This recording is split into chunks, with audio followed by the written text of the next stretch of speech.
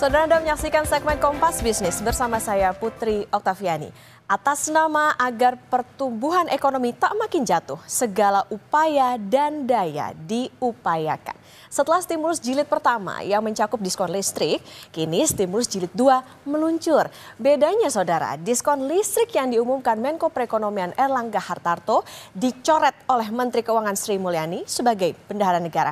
Kompas Bisnis hari ini mengulas stimulus ekonomi jilid 2. Dampaknya antara ada dan tiada. Kenapa ya? Kita main angka di data selanjutnya. Oke, kita ke data yang dicoret oleh Menkyu Sri Mulyani dulu. Diskon listrik saudara ini semula menyasar sekitar 79,3 juta rumah tangga maksud kami. Pelanggan ini tidak terbatas pekerja formal ataupun pekerja informal. Nah, yang penting daya rumahnya itu adalah batasnya 1.300 volt ampere ke bawah. Alasan batal adalah tak cukup waktu proses penganggaran. Jadi fix ya dicoret. Apa yang tetap diberikan oleh pemerintah? Kita ke data selanjutnya. Ini dia yang akan diberikan. Jadi diganti dengan 5 paket stimulus totalnya 24,4 triliun ya. Yaitu adalah diantaranya diskon transportasi, ini anggarannya 940 miliar. Diskon tarif tol 650 miliar, subsidi upah 10,72 triliun, bantuan sosial 11,93 triliun, dan diskon iuran JKK 200 miliar rupiah. Angka 24,4 triliun rupiah hitam di atas putihnya itu sangat besar saudara. Tetapi uang ini jadi sangat ciut jika dibandingkan dengan produk domestik bruto tahun lalu. Yaitu 22 triliun. Dari perbandingan inilah muncul pertanyaan, stimulus ini sebetulnya ada tidak dampaknya untuk mengungkit ekonomi? Kompas Bisnis akan tanya ke ekonom nanti. Kita ke data selanjutnya. Oke, ini data makroekonomi tahun 2025. Pertumbuhan di kuartal pertama itu adalah 4,87%. Kemudian inflasi tahunan di bulan Mei 1,6%. Sementara itu deflasi bulanan bulan Mei itu minus 0,37%.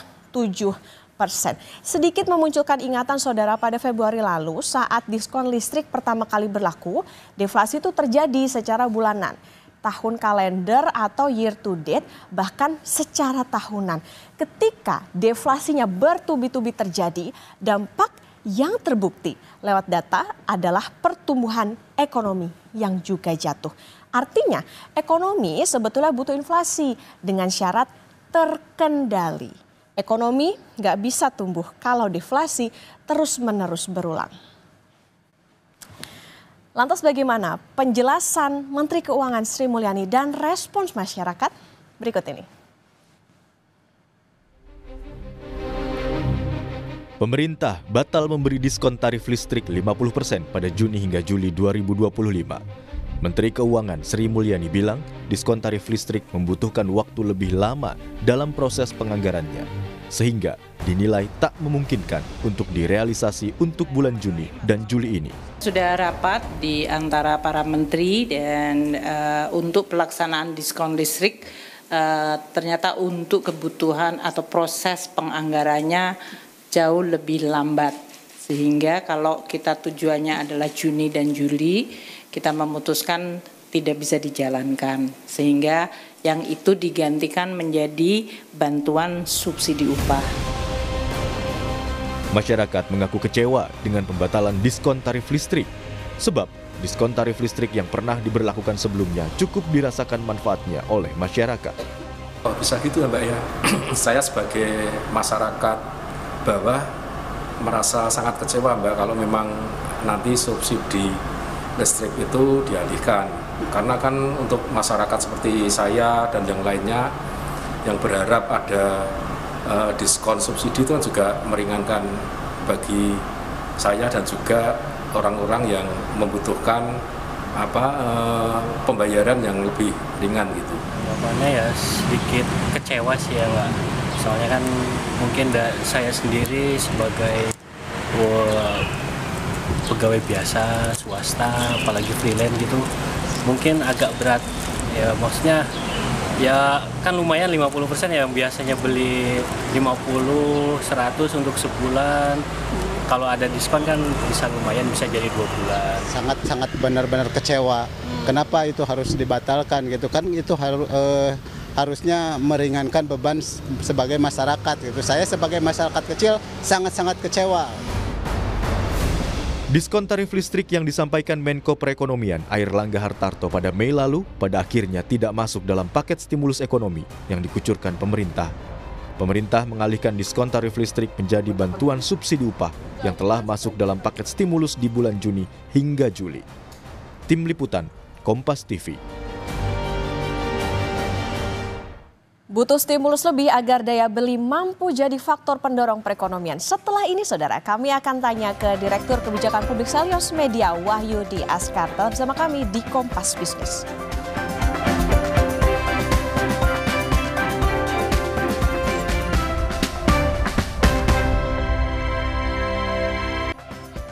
Di atas kertas, stimulus ekonomi jilid 2 senilai lebih dari 24 triliun, cukup besar.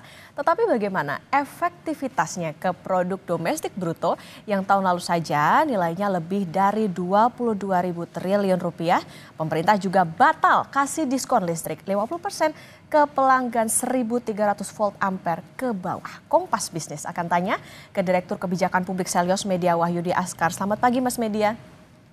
Selamat pagi Mbak Okta. Oke Mas Media, kita ke pembatalan diskon listrik terlebih dahulu. Jilid pertama, saat ada diskon listrik Indonesia deflasi. Efeknya pertumbuhan ekonomi juga tersandung ke 4,84%. Apakah bisa disimpulkan Menkyu Sri Mulyani ini sengaja membatalkan diskon tarif listrik Juni-Juli untuk mencegah deflasi dan untuk mencegah makin tergambarnya kelesuan ekonomi dari data makro itu? Ya, pertama memang sangat disayangkan ya bahwa pemerintah membatalkan diskon listrik ini, padahal ini kan segmennya adalah rumah tangga kelas bawah dan rentan. Jadi ini cukup ironi karena di tengah ekonomi yang melambat, daya beli menurun, pemerintah mencabut insentif. Jadi tadi contoh konkret sudah disampaikan bahwa ketika keluarga tagihan listrik 200.000 kan lumayan bisa menghemat 100.000 misalnya. Dan itu bisa digunakan untuk membeli beras, transportasi sekolah anak, dan seterusnya. Soal apakah ini kemudian didorong untuk mencegah deflasi, memang kemungkinan itu ada, tetapi menurut saya tidak dominan. Karena inflasi saat ini itu masih rendah dan belum mengkhawatirkan juga sebagai deflasi. Dan saya kira hari ini motifnya lebih kepada pertimbangan fiskal ya yang lebih kuat karena memang dengan memberikan diskon 50% dengan asumsi 68 juta pelanggan itu beban APBN-nya mencapai 30 triliun. Jadi pemerintah lebih cenderung melakukan pertimbangan cost efisiensi. Tapi menurut saya memang pemerintah tampaknya terlalu berhitung ya untuk memberikan subsidi pada masyarakat yang sebetulnya saat ini masyarakat menunggu karena tengah tertekan. Ini berkebalikan justru dengan kebijakan-kebijakan, kita sebut saja Malaysia misalkan. Malaysia itu mempertahankan subsidi listrik bagi 85% penduduk pada 2025 ini. Bahkan mengalokasikan anggaran kalau dirupiahkan itu sampai 40 triliun. Beban fiskalnya cukup besar, tetapi itu memang penting dan lebih tepat sasaran untuk melindungi ekonomi masyarakat. Dan yang cukup menyakitkan juga Mbak Okta karena diskon subsidi ini sudah disampaikan ke masyarakat, tapi kemudian dibatalkan.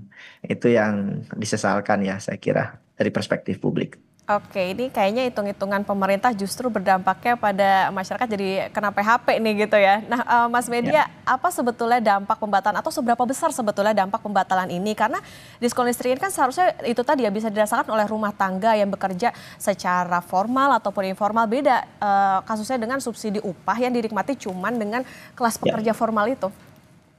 Ya betul sekali Mbak. Memang kalau hitungan saya ya pemerintah lebih punya data yang lebih presisi, tetapi memang pemerintah harus mengorbankan sekitar 30-50 triliun untuk memberikan diskon listrik ini secara signifikan pada masyarakat menengah bawah. Tetapi ya diskon listrik ini lebih merata dampaknya daripada bantuan subsidi upah. Karena diskon tarif listrik ini bisa sampai 79 juta pelanggan rumah tangga kecil dan itu bisa membuat mereka juga jauh lebih kuat bisa berhemat atau bahkan juga bisa spending untuk membayar kebutuhan-kebutuhan pokok yang lainnya. Kalau bantuan subsidi upah itu hanya diperuntukkan untuk pekerja formal. Banyak pekerja informal yang akhirnya tidak bisa menerima karena hampir 58% lebih pekerja di Indonesia itu informal. Jadi ini belum tentu bisa menyasar banyak penduduk rentan. Sama satu lagi, bantuan subsidi upah ini kan basisnya BPJS Ketenagakerjaan. Faktanya sejak tahun 2022 pasca UU Ciptaker malah persentase pekerja yang memiliki BPJS dan pelindungan sosial itu justru mengalami penurunan. Jadi ini yang juga efek multipliernya yang juga harus dipikirkan oleh pemerintah. Dan satu lagi, kalau untuk BSU ya, yang juga dikhawatirkan karena sifatnya transfer uang, itu psikisnya beda. Karena bisa jadi nanti masyarakat penerima meskipun hanya sekelompok masyarakat ya, tapi justru melakukan spending untuk judol. Dan ini justru tidak berdampak juga terhadap ekonomi real dan judol ini malah uangnya berpindah ke negara lain, begitu Mbak. Artinya penegasan Mas Media, artinya dengan keputusan mengganti dengan stimulus yang ada 5 itu tadi justru enggak tepat dong pemerintah hitung-hitungannya, atau justru ya seharusnya kalau misalnya dibandingkan dengan waktu jilid pertama itu justru Ya.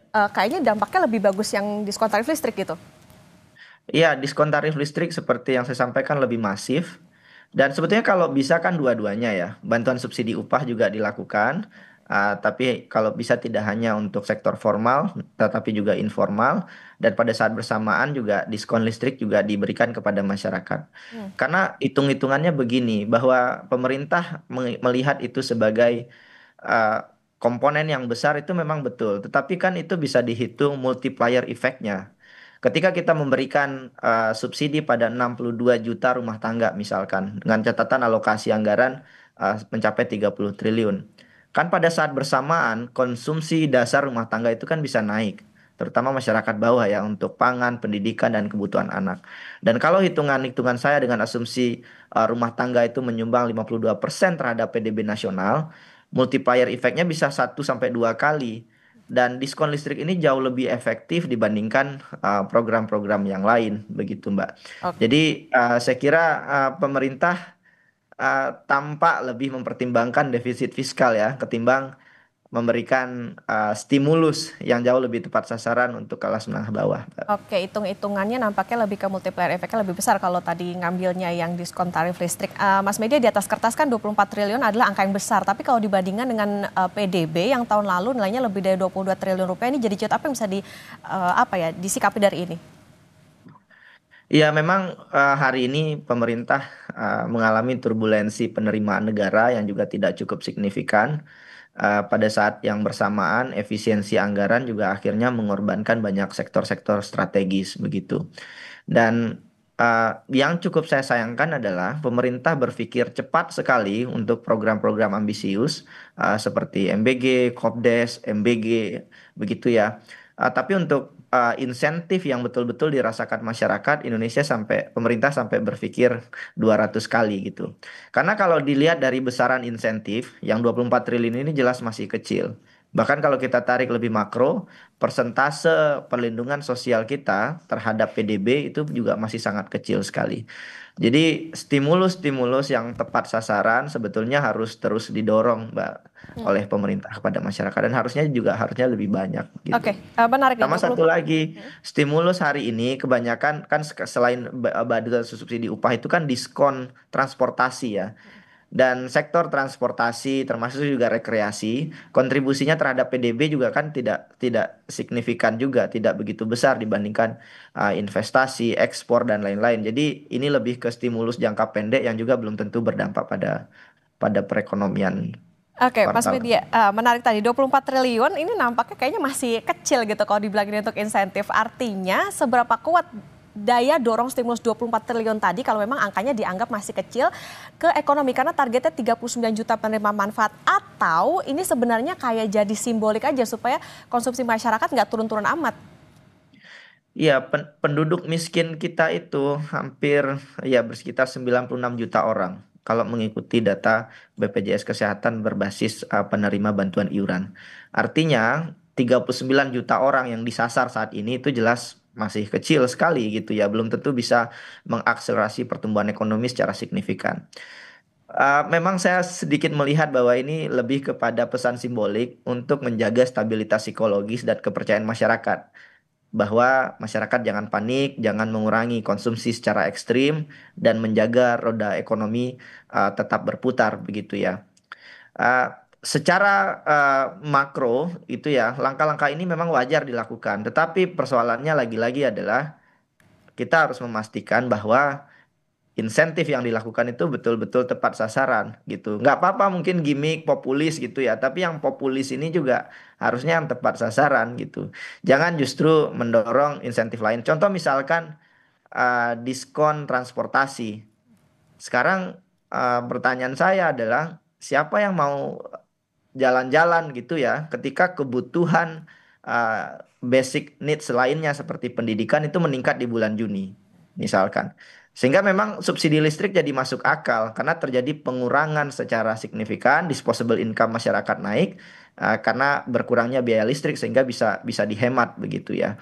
Tapi lagi-lagi pemerintah punya pertimbangan. Menurut saya kalau pertimbangannya datanya belum ada, belum kuat, tidak tidak bisa dilakukan dengan cepat, terkesan mengada-ngada ya. Kenapa kok untuk program lain bisa cepat, tapi untuk program yang betul-betul langsung kepada masyarakat itu lama dan pertimbangannya sampai 200 kali. Oke, jadi kalau bisa dibilang nih stimulus ekonomi jilid 2 efeknya antara ada dan tiada. Apa sebetulnya yang benar-benar dibutuhkan agar konsumsi rumah tangga pulih? Apakah misalnya memperbesar PKH atau kepastian Ya. lapangan kerja, Mas Media? Ya, yang pertama diperluas cakupan penerimanya. PKH yang paling efektif berdampak pada masyarakat itu diperluas. Bantuan subsidi upah juga harusnya bisa lebih panjang, jangan hanya 2 bulan.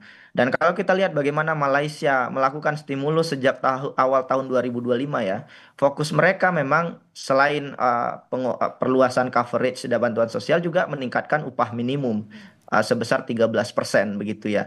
Dan ini dikalkulasi dengan baik, kemudian justru jauh lebih banyak dirasakan dampaknya oleh masyarakat gitu. Sama satu lagi karena sekarang kan sudah bulan Juni ya, pengeluaran masyarakat kan paling signifikan untuk pendidikan nih. Beli seragam, meskipun SD gratis, SD negeri gratis, tapi masyarakat harus mengeluarkan uang untuk anak-anak mereka yang akan sekolah begitu ya. Dan ini nggak diintervensi oleh pemerintah penambahan biaya untuk pendidikan ini begitu Mbak. Jadi lagi-lagi kalau ditanya ke masyarakat, kalau masyarakat ingin memilih, apakah masyarakat ingin butuh lapangan kerja atau sekarang misalkan makan bergizi gratis untuk anak-anaknya, sebagian besar masyarakat itu menjawab lapangan kerja. Itu agar mereka bisa memberikan anaknya makan dengan layak begitu.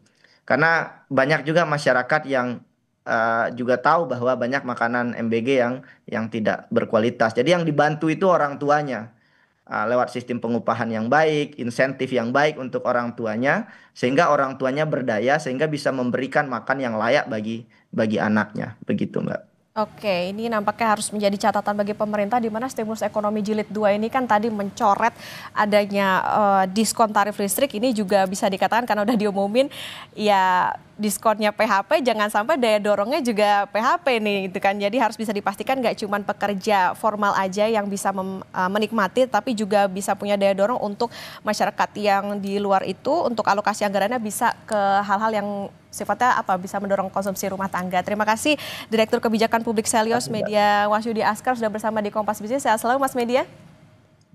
Sehat selalu Mbak.